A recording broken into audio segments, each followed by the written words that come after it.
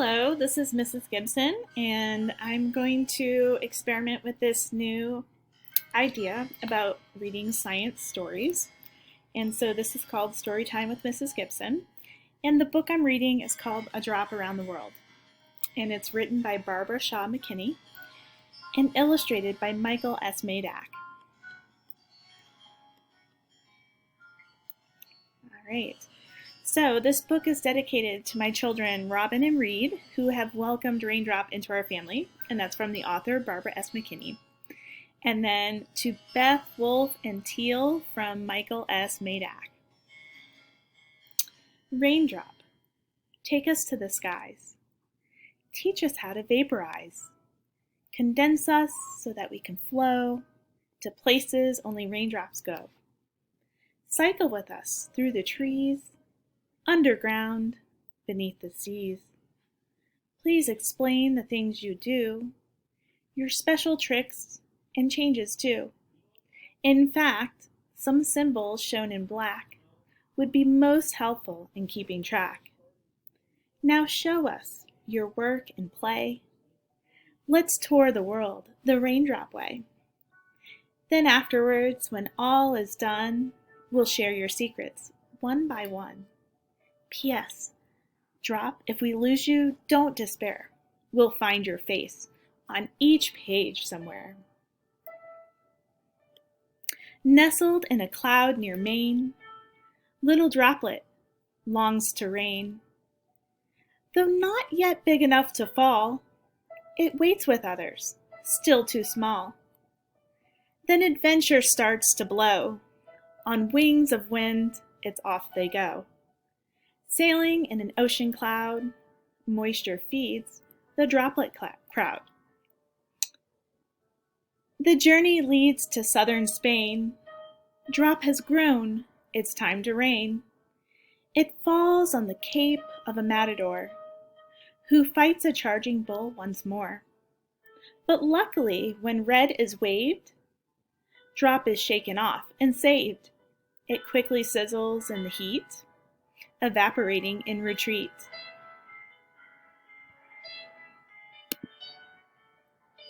Then off to Switzerland it flies, mountain climbing, winter skies.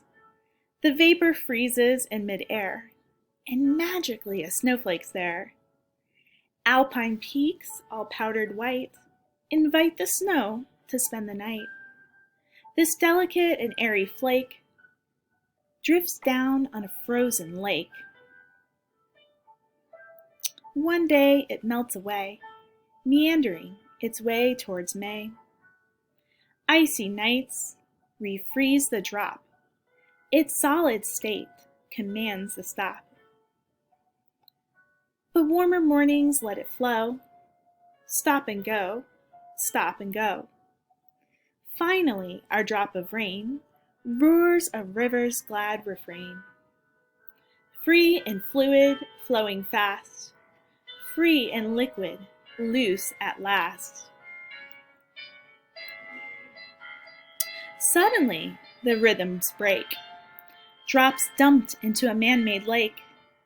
A reservoir, outside of Lucerne, gives drops a brand new job to learn. Pumped and filtered, purified. The health inspectors satisfied.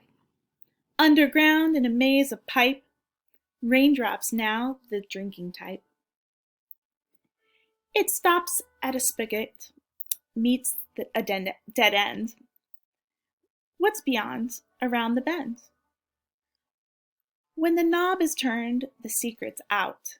Clean water drop pours out of the spout.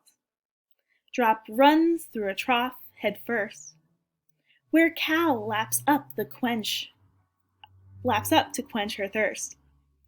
Raindrop races through the cow to glands that milkify somehow. Mixed up in a pail of milk, it's poured in a glass as smooth as silk, but slips from Heidi's little hands. It forms a puddle where she stands. Puddle drop is warmed away, like a helium balloon at play. Its milkiness is left behind. vapor pure, it's been refined. Sunlight lifts it, oh high, oh so high, to cirrus clouds that fly the sky, speeding south to desert lands. Sahara waits with thirsty sands. Sand dunes fold their hands in prayer, pleading for some moister air. It's like a tease our drop blows by. No, not a cloud stops by to cry. As vapor adrift at a lazy pace, drop finds itself in a jungly place.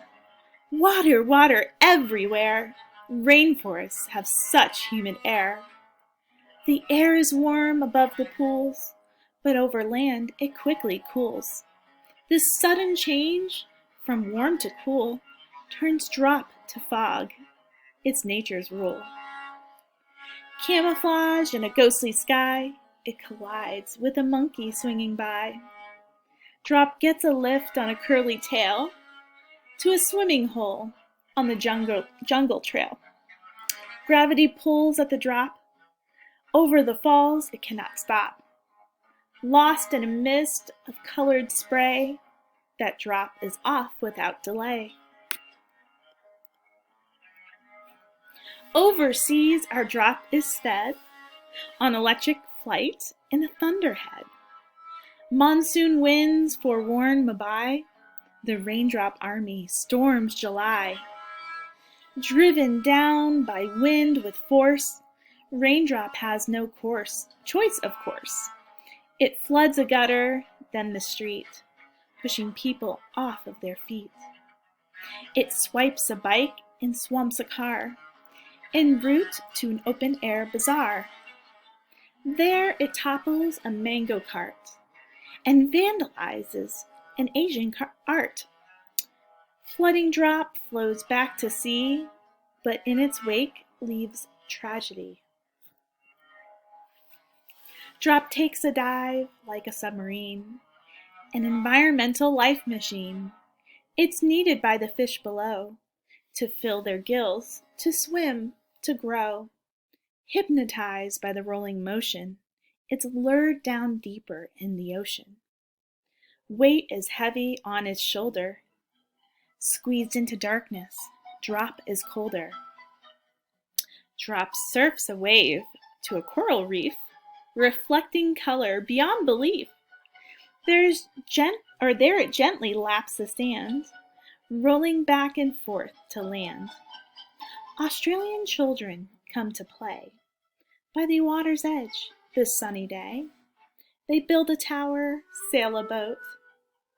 Sea drop fills their castle moat.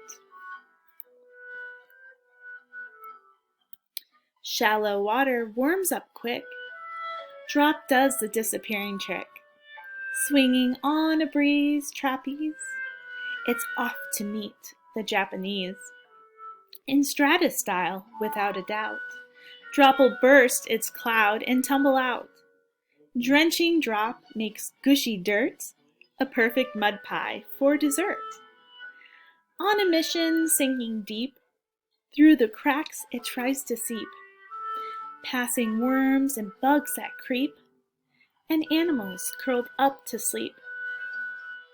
Avoiding stones and bones that block, it passes through some porous rock. How far down, it's hard to tell. Drop runs into a farmer's well. There it waits till it's hoisted up by bucket to drinking cup.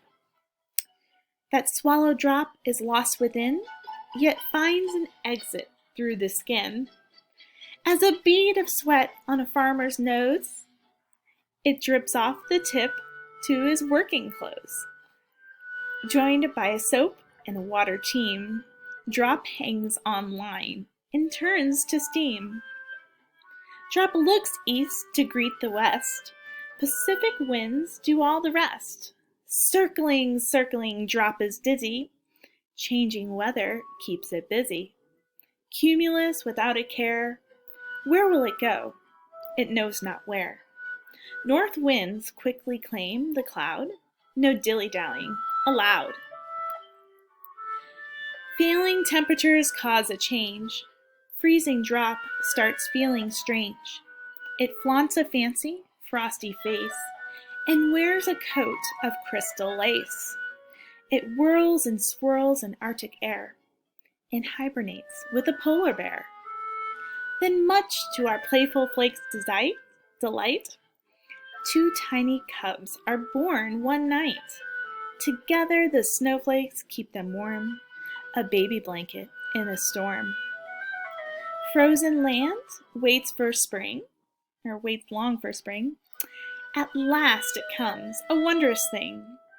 Melting snow and sunny days dress tundra in a brilliant blaze. Seeping in the thawing earth, drop finds a seed and gives it birth. When buttercup is blooming bright, drops exhaled in a vapor flight. Next it rides the jet stream express, 1,000 miles more or less, to downpour over Yellowstone, which makes the tourists moan and groan. But each drop's needed to make things grow, since the water table's running low. Drop dissolves ingredients like minerals and nutrients. Sucked up the roots of an aspen tree, it makes a fast food delivery. It saves a life and brings relief, then escapes through a hole beneath a leaf. Evaporated once again, will it return? It knows not when. Condensing on a speck of dust, drop heads home in a mighty gust. New England weather brings surprises. Water's there in all disguises. But cruising to the coast today, drop brings rain to Cape Cod Bay. The sun peeks out through a patch of blue before the passing showers through. Raindrops bend each ray of sun like little prisms having fun. They paint the sky with colors bright, a miracle of hope and delight. Our drop makes a wish from the rainbow aglow, a hope for the future of mankind below. Let the children take care of the water on earth, conserve it, protect it, and value its worth. And then we have this little,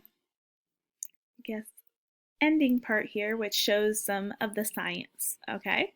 So as shown on the road, raindrops are world's travelers. As vapors, they ride the air currents that sweep the skies from continent to continent. When falling from clouds as liquids or solids, they're brought to the ground by gravity. Water often travels far in underground streams. Eventually, rivers and streams bring it back to its source, the ocean, where currents carry it from sea to sea. The whole world is its playground. Transformation tricks. Water teams up with temperature to perform the most amazing tricks. Here's how they work together. Vanishing vapor. Okay, so heat makes water molecules dance. The hotter the temperature, the faster they move. The faster they move, the more molecules bounce out of their drops as invisible water vapor. This flight of airborne water vapor is called evaporation. At a rockin' and rollin' 212 degrees Fahrenheit, which is the same as 100 degrees Celsius. The water molecules boil, bumping into each other wildly in thin air. Condensing cold.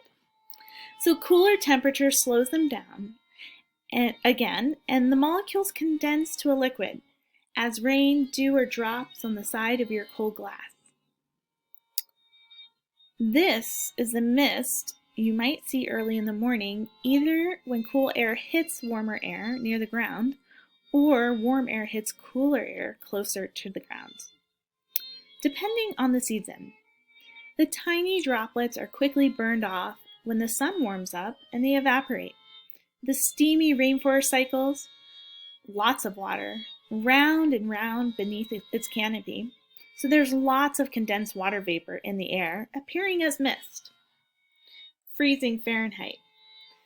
Falling temperatures slow them down even more until at 32 degrees Fahrenheit, or 0 degrees Celsius. The molecules huddle close together and almost stand still. When nearly motionless, their form changes from a fluid to a solid, ice or snow. Snow appears when water vapor freezes in midair. But if water vapor condenses into ice crystals when touching a very cold surface, like a windshield on a winter morning, we see frost. Warm them up and watch them flow again. Pollution solution. Everybody loves sparkling clean water. But sometimes water pollutes itself by dissolving things that shouldn't be there, so it must be purified.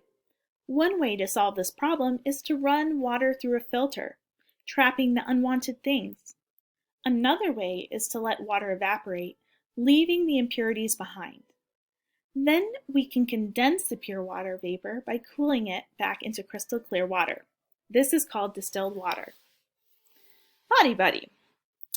Water sneaks in and out of your body every day, all the time, whether you know it or not.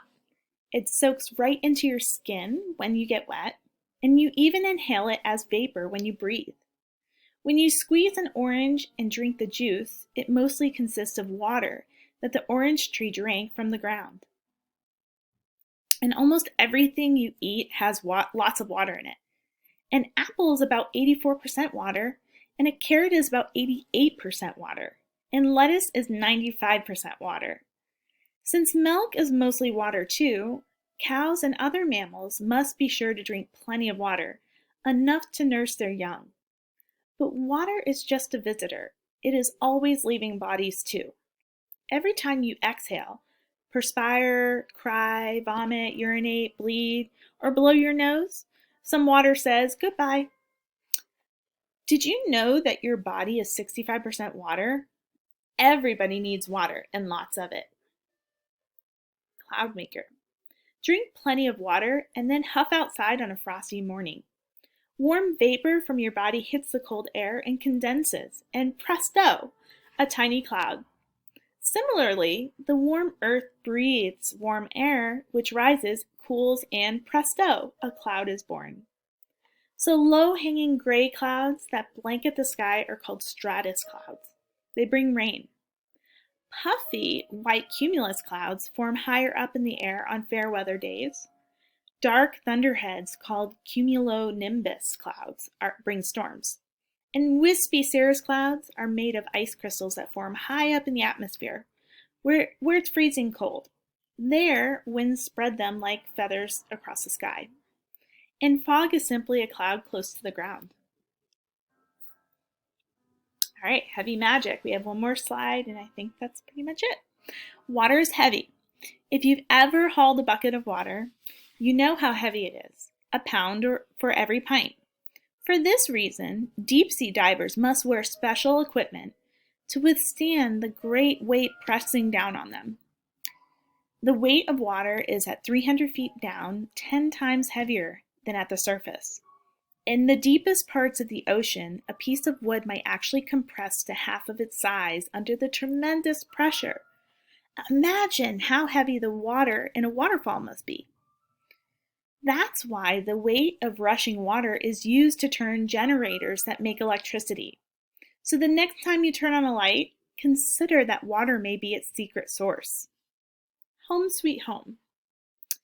The life beneath the sea, water is everything. Or actually, to life beneath the sea, water is everything. Water is up, down, and everywhere. Water gives oxygen. Water gives food. Water gives everything needed for life. Water is more than just a substance. It's a place called home. Temperature tamer. What's the biggest difference between Earth, Mars, Jupiter, and any other planet? Answer: the Earth is the water planet. Unlike other planets, Earth has lots of water in all three forms: solid, liquid, and gas. Most important, Earth's perfect distance from the sun lets water flow as a liquid. Water on planets closer to the sun would evaporate in the great heat. Water on planets farther away from the sun would freeze in the extreme cold. In all three states, but especially as a liquid, water helps to keep Earth's temperature moderate. Unlike land, which heats up quickly in the sun but cools off just as fast at night, water absorbs the sun's heat slowly and stores it for a long time before returning it to the air.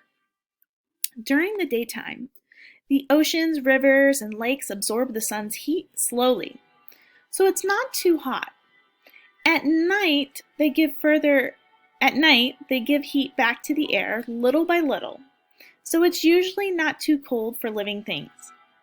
As gas, water further protects us from clouds of water vapor that both shield the Earth from the daytime sun and hold heat in at nighttime, like a blanket. As a solid, a blanket of snow keeps hibernating animals warm in the winter by preventing the escape of body heat in the cold air above the ground, actually. It's also a shelter from wind chill, keeping snow caves and even igloos cozy inside. Super soaker. Where does all the rainfall go? Some of it evaporates. Some of it flows downhill in streams and rivers to the ocean. And lots of it is soaked up by a giant sponge called the Earth.